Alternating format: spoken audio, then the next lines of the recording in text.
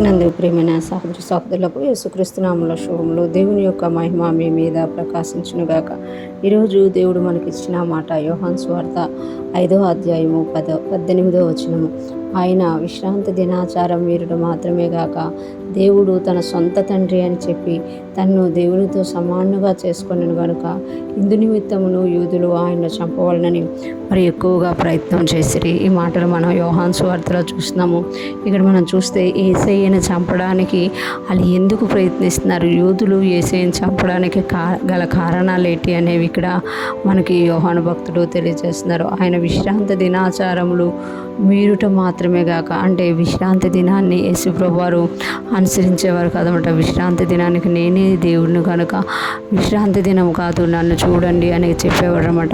విశ్రాంతి దినమున స్వస్థతలు చేయడం, విశ్రాంతి దినమున తన శిష్యులు పొలం పంటలో వెళ్ళి తినడము, కొన్ని విశ్రాంతి దినాన్ని చేయడం వల్ల యూదులకి నచ్చలేదనమాట.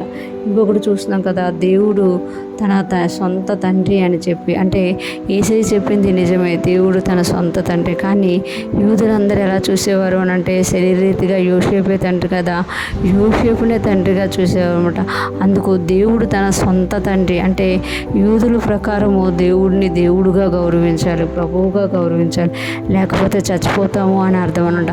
యేసయ్య అయితే నా తండ్రి అని చెప్పుకుంటున్నందుకు, సొంత తండ్రిగా చెప్పుకుంటున్నందుకు దేవునితో అతడు సమానంగా చేసుకుంటున్నాడని చెప్పి వాళ్ళు యేసయ్యని ఏం చేయాలనుకుంటున్నారట. గనుక ఇందు నిమిత్తము యూదులు ఆయనను చంపవాలనని మరి ఎక్కువగా ప్రయత్నం చేశారట. అంటే ఒకటి విశ్రాంతి దినాచారాలను మీరుతుండని, రెండోదిగా చూస్తే యేసయ్య దేవుణ్ణి తన సొంత తండ్రిగా చేసుకున్నారు. రెండింటిలో కూడా యేసయ్య చేసింది కరెక్టే. కానీ లేఖనాలు గ్రహించక, వాక్యాన్ని గ్రహించక యూదులు ఏమనుకుంటున్నారంటే ముందు జరిగినట్టుగానే మరలా జరుగుతుందేమో, ముందు జరిగినట్టుగా మరలా మనం చెరలోనికి వెళ్ళిపోతామేమో, ఈ వ్యక్తి వచ్చి అంతా పొల్యూట్ చేసి వస్తున్నాడు అని యేసయ్యని మరి ఎక్కువగా చంపడానికి ప్రయత్నం చేస్తున్నారంట. ఈరోజు ప్రశ్న వింటున్న ప్రతి ఒక్కరూ జ్ఞాపకం చేసుకోవాలి. వాక్యాన్ని మనం కరెక్ట్గా ఎప్పుడైతే అర్థం చేసుకోలేకపోతామో వాక్యానికి విరోధంగా మనం పనులు చేస్తామంట. యూదులు దినాల్లో, యేసయ్య ఉన్న దినాల్లో ఉన్న శాస్త్రులు పరిశీలు కూడా వాక్యాన్ని గ్రహించలేకపోయారు, ఆ దినాలని గ్రహించలేకపోయారు.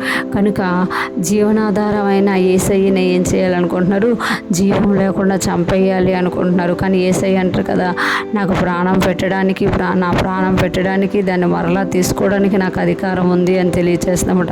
ఈరోజు ఫ్రెష్మన్న వింటున్న ప్రతి ఒక్కరూ జ్ఞాపకం చేసుకోవాలి. మనం కూడా యూదులాగా వాక్యాన్ని గ్రహించలేని స్థితిలో ఉంటున్నామా, లేకపోతే వాక్యాన్ని గ్రహించి దాన్ని పరిశీలన చేసి ఇది కరెక్టా కాదని తెలుసుకోగలుగుతున్నామా? వాళ్ళు వాక్యాన్ని గ్రహించలేక యేసయ్యని చంపడానికి మరి ఎక్కువగా ప్రయత్నించారంట.